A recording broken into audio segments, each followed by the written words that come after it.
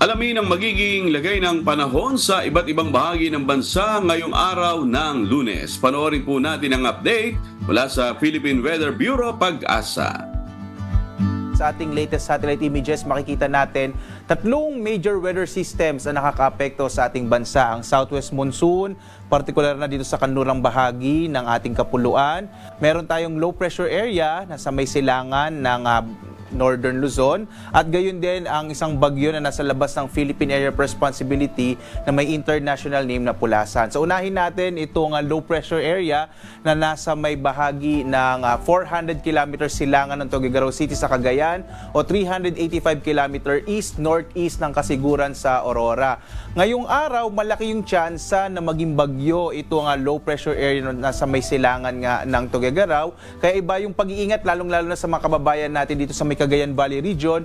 Kapag naging bagyo po itong low pressure area na ito ay magtataas tayo ng tropical cyclone wind signal, partikular na dito sa may bahagi ng Cagayan Valley Region. Asahan natin ngayong araw malaking tsansa ng mga pag-ulan, lalong-lalo na sa area ng Northern Luzon, ito area ng Cagayan Valley kasama itong bahagi ng Aurora at may mga pagbugso rin ng hangin habang lumalapit kasi inaasahan natin na posibleng lumapit sa bahagi ng ating kalupaan itong low pressure area na maaaring maging bagyo sa araw na ito.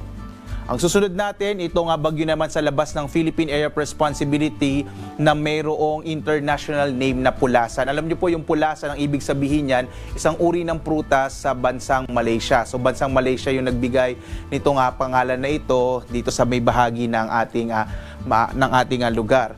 At ang huling lokasyon nito as of 4 a.m. may 2,000 kilometro east-southeastern ng Luzon. Wala pa itong direktang epekto sa ating bansa at base din sa ating track, ipapakita ko mamaya, malit naman yung tsansa na ito ay lumapit sa kalupaan natin at posibleng sundan lamang niya yung track kagaya ng Ferdy. At ito rin ay paari ding magpalakas ng habagat at ito yung ikatlong weather system na nakakaapekto sa ating bansa. Makikita po ninyo, malaki yung tsansa na maulan ng panahon ng mararanasan sa malaking bahagi ng ating bansa, dulot ng southwest monsoon o habagat, at idagdag din natin yung epekto ng low pressure area kaya makikita nyo halos maulap na kalangitan ang makakaapekto sa ating bansa na may mga pag-ulan mula katamtaman hanggang sa kuminsan ng malalakas na mga pag-ulan, lalong-lalo na sa may area ng Western Visayas at Mimaropa, ang iba pang bahagi ng Kabisayaan, Southern Luzon at gayon din sa may bahagi ng Northern Mindanao ay patuloy na makararanas din ng mga pag-ulan kaya iba yung pag-iingat sa mga posibilidad ng mga biglaang pagbaha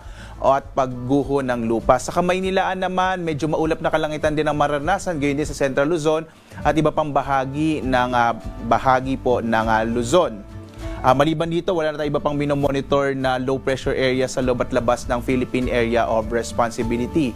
At narito nga ang track ng bagyong Sipulasa. Naglabas po tayo ng Tropical Cyclone Advisory as of 5 a.m. sa araw na ito. Makikita po ninyo, kagaya din ni Ferdy, posible lamang itong dumaplis dito sa boundary ng PAR. Hindi natin inalis yung posibilidad na maaari din itong hindi pumasok, lalo na kapag nagbago ito ng track. Pero makikita natin, base sa ating pinahuling datos, pumasok man o hindi, ito nga bagyong Sipulasan ay palalakasin niya yung habagat kaya magpapatuloy ang mga pag-ulan lalong-lalo na sa bahagi ng Southern Luzon at ng Visayas. Yung Southern Luzon, ito po yung area ng Bicol Region, Mimaropa at gayon din sa bahagi ng Calabarzon. Maaari ding magkaroon ng mga pag-ulan dito sa Kamaynilaan.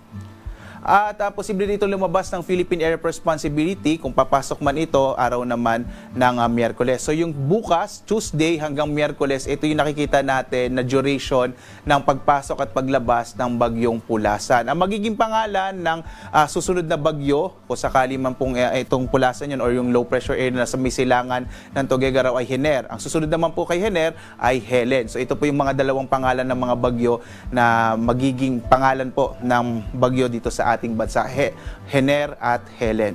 Samantala, meron tayong nakataas sa gale warning ngayon. Ito ay epekto ng southwest monsoon o habagat. Kaya iba yung pag-iingat, lalong-lalo sa mga kababayan natin sa Occidental Mindoro, Palawan, Romblon, Masbate, Western Visayas, Negros Island Region, Central Visayas, Southern Leyte, sa Leyte, gayon din sa Zamboanga del Norte, Camiguin, Dinagat Island, at Surigao del Norte. Sa may, ito po yung area ng Northern Mindanao. Makikita nyo sa mga lugar kung saan meron po tayong mga nakapula na kulay, ay inaasahan natin yung malalaking pag-alo ng karagatan. Iwasan mo ng pumalaot, lalong-lalo na yung maliliit na mga bangka at maliliit na mga sasakyang pandagat. Samantala, ang araw natin ay sisikat, ganap na 5:45 na umaga at lulubog, ganap na 5:57 ng gabi. At napanood po natin ang update mula kay Pag-asa Weather Specialist Obet Badrina. Tandaan, sa bawat araw na ating nasisilayan, tayo magpasalamat sa Diyos na may lalang.